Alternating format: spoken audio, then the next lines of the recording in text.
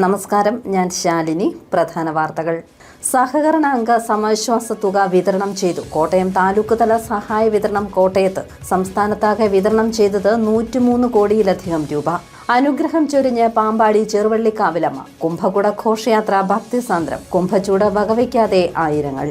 മാസങ്ങൾ നീണ്ട തയ്യാറെടുപ്പിന് വിരാമം. സംസ്ഥാനത്ത് SSLC പരീക്ഷ വ്യാഴാഴ്ച മുതൽ. ജില്ലയിൽ പരീക്ഷയ്ക്കിരിക്കുന്നത് 17,271 പേർ. ഏറ്റവും അധികം പേർ ജില്ലയിൽ പരീക്ഷ എഴുതുന്നത് മൗണ്ട് കാർമൽ സ്കൂളിൽ.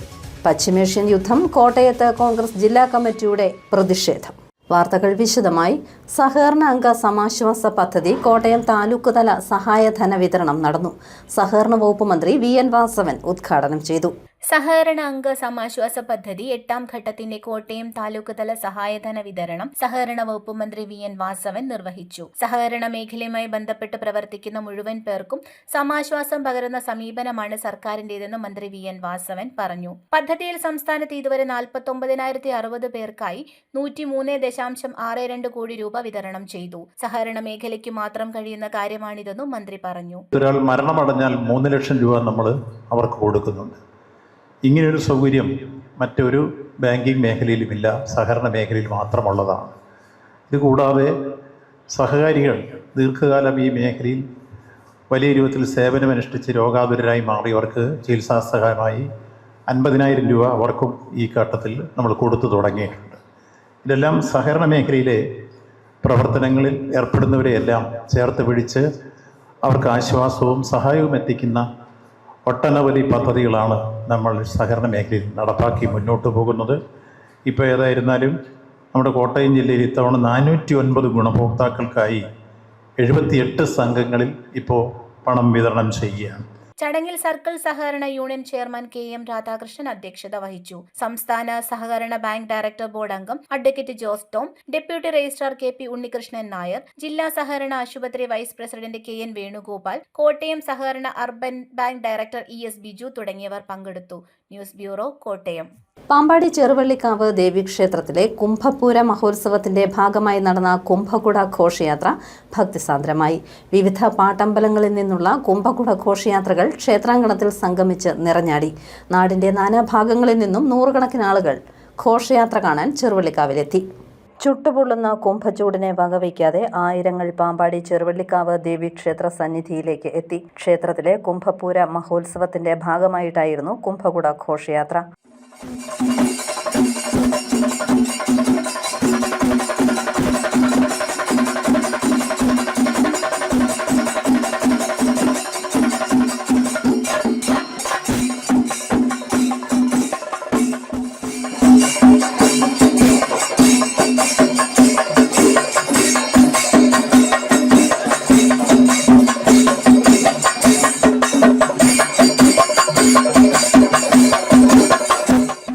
മൂലക്കര ചേന്നമ്പള്ളി ഓർവയൽ ആലാമ്പള്ളി ശ്രീകൃഷ്ണ പാട്ടമ്പലം, മഹാദേവ പാട്ടമ്പലം, പാമ്പാടി ശ്രീഭദ്ര, മഞ്ഞാമാക്കൽ ചിറയം വയൽ, ഇലക്കൊടിഞ്ഞി SS പാട്ടമ്പലം, ഓമല്ലൂപറമ്പ്, മുളേക്കുന്ന്, ഇരുപ്പയ്ക്കൽ, കങ്ങഴ, കുറ്റിക്കൽ എന്നീ പാട്ടമ്പലങ്ങളിൽ നിന്നുള്ള കുംഭകുട ഘോഷയാത്രകൾ ക്ഷേത്രാങ്കണത്തിൽ സംഗമിച്ചു.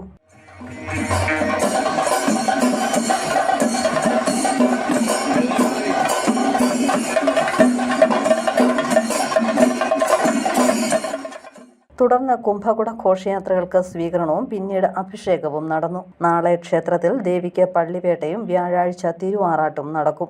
News bureau, Pampady. സംസ്ഥാനത്ത് SSLC പരീക്ഷ വ്യാഴാഴ്ച ആരംഭിക്കും. കോട്ടയം ജില്ലയിൽ 17,271 പേരാണ് പരീക്ഷ എഴുതുന്നത്.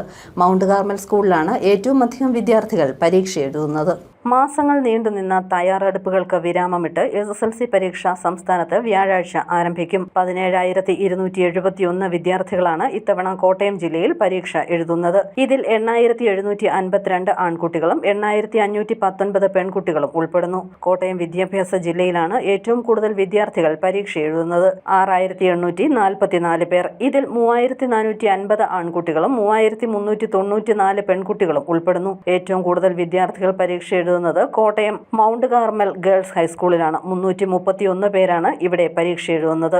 സർക്കാർ സ്കൂളുകളിൽ തൃക്കൊടിത്താനം ഗവൺമെന്റ് ഹൈസ്കൂളിലാണ് ഏറ്റവും കൂടുതൽ വിദ്യാർത്ഥികൾ പരീക്ഷ എഴുതുന്നത്. 68 ആൺകുട്ടികളും 41 പെൺകുട്ടികളും. ഏറ്റവും കുറവ് വിദ്യാർത്ഥികൾ പരീക്ഷ എഴുതുന്നത് കാട്ടാമ്പാക്ക് NSS HSSലാണ്. ഒരാൾ മാത്രമാണ് ഇവിടെ പരീക്ഷ എഴുതുന്നത്. സർക്കാർ സ്കൂളുകളിൽ തലയോലപ്പറമ്പ് ഗവൺമെന്റ് VHSSൽ 3 പേർ മാത്രമാണ് പരീക്ഷ എഴുതുന്നത്.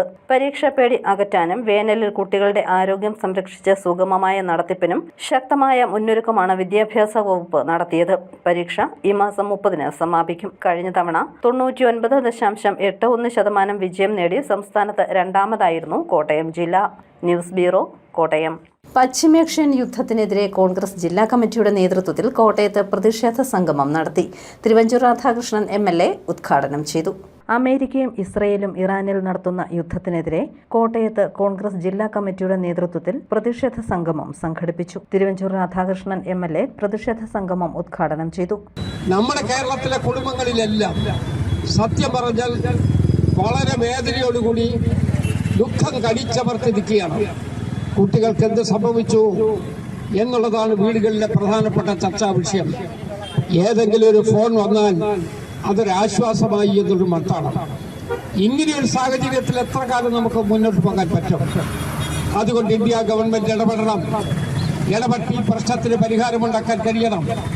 ഇന്ത്യൻ ജനതയുടെ ജീവഹാനി ഒഴിവാക്കുന്നതിനും അവരുടെ സുരക്ഷിതത്വം ഉറപ്പാക്കുന്നതിനും വേണ്ടി നരേന്ദ്രമോദിയുടെ ഗവൺമെന്റ് അടിയന്തരമായി ഇടപെട്ടേ മതിയാകൂ എന്ന് തന്നെയാണ് എന്റെ അഭിപ്രായം. നേതാക്കളായ KC ജോസഫ്, നാട്ടകം സുരേഷ്, ഫിൽസൺ മാത്യൂസ്, MP സന്തോഷ് കുമാർ തുടങ്ങിയവർ പങ്കെടുത്തു. News bureau, Kottayam. ഐപ്സോയുടെ നേതൃത്വത്തിൽ കോട്ടയത്ത് യുദ്ധവിരുദ്ധ റാലിയും സമാധാന സംഗമവും നടത്തി. ഐക്യരാഷ്ട്രസഭയുടെ നിർദ്ദേശം അംഗീകരിച്ച് സമാധാനം പുനഃസ്ഥാപിക്കണമെന്ന് ഐപ്സോ അഭ്യർത്ഥിച്ചു. അഖിലേന്ത്യാ സമാധാന ഐക്യദാർഢ്യ സമിതി കോട്ടയം ജില്ലാ കമ്മിറ്റിയുടെ നേതൃത്വത്തിൽ കോട്ടയം നഗരത്തിൽ യുദ്ധവിരുദ്ധ റാലിയും സമാധാന സംഘവും നടത്തി. ഐക്യരാഷ്ട്രസഭയുടെ നിർദ്ദേശങ്ങൾ അംഗീകരിച്ച് യുദ്ധം അവസാനിപ്പിച്ച് സമാധാനം പുനഃസ്ഥാപിക്കണമെന്ന് ഐപ്സോ അഭ്യർത്ഥിച്ചു. യുദ്ധവിരുദ്ധ റാലിക്ക് ശേഷം നടന്ന സമാധാന സംഗമം ഗാന്ധി സ്ക്വയറിൽ ഐപ്സോ സംസ്ഥാന general secretary advocate VB Binu ഉദ്ഘാടനം ചെയ്തു. ഏറ്റവും ആ രാജ്യത്തിന്റെ ഭരണത്തിന്റെ ചുക്കാൻ മാത്രമല്ല, ആ സമുദായത്തിന്റെ ഒരു സമൂഹത്തിന്റെ ആകെ പരമാധികാരിയെ ബോംബിട്ട് കൊല്ലാൻ ഒരു മടിയും കാണിക്കുന്നില്ല. ഇത് ലോകത്ത് നടക്കുക. അതിനെതിരായി നമ്മൾ പ്രതിഷേധിക്കുക. ലോകമാകെ വലിയ പ്രതിഷേധങ്ങൾ ഉണ്ടാകുക എന്നുള്ളതാണ് നമ്മളിതിവിടെ നടത്തിയാൽ ഉദ്ദേശം. ലോകത്തെ എല്ലാ രാജ്യങ്ങളിലും ഇതുപോലെ ചെറുതും വലുതുമായ പ്രതിഷേധങ്ങൾ അവർ സംഘടിപ്പിക്കുന്നത് കൊണ്ടാണ് ലോക മനസാക്ഷി ഉണരുള്ളൂ. അതുകൊണ്ട് ഐപ്സോ പോലുള്ള സംഘടന, വേൾഡ് പീസ് കൗൺസിലിന്റെ ഭാഗമായ സംഘടന ഈ യുദ്ധം നിർത്തണം. സ്വതന്ത്ര പരമാധികാര രാഷ്ട്രത്തിന് മേൽ ആർക്കും ഇടപെടാൻ അവകാശമില്ല. അങ്ങനെ ഇടപെടുന്ന നടപടി അവസാനിപ്പിക്കണം. ഐപ്സോ പ്രസിഡിയം മെമ്പർ ബാബു ജോസഫ് അധ്യക്ഷത വഹിച്ചു. നേതാക്കളായ advocate K Anilkumar, advocate KR Srinivasan, Baiju Vayalath, PK Anandakuttan, doctor A Jose, TC Binoy തുടങ്ങിയവർ പ്രസംഗിച്ചു. News bureau, Kottayam. ചിറക്കടവ് പഞ്ചായത്തിലെ ഹിന്ദു ഏകതാ സമ്മേളനം മഹാദേവ ക്ഷേത്ര മൈതാനിയിൽ നടന്നു. മഹാമണ്ഡലേശ്വർ സ്വാമി ആനന്ദവനം ഭാരതി ഉദ്ഘാടനം ചെയ്തു. VR സോമൻ അധ്യക്ഷനായി. ചെറുവള്ളി ചിത്സ്വരൂപ തീർത്ഥപാദാശ്രമം മഠാധിപതി നരനാരായണന്ദ തീർത്ഥപാദർ, സ്വാമി അയ്യപ്പദാസ് തുടങ്ങിയവർ പങ്കെടുത്തു.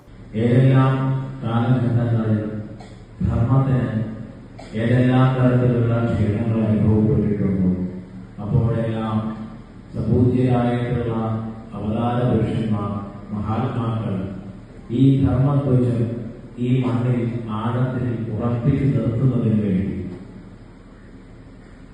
ഈ ദിവ്യവും ഭവ്യവുമായ ഭൂപ്രദേശത്ത് ജനിച്ച ഓരോരുത്തരുടെയും ഹൃദയത്തിൽ ഈ ധർമ്മകമലത്തെ വിരിയിച്ച് നിർത്തുന്നതിന് വേണ്ടി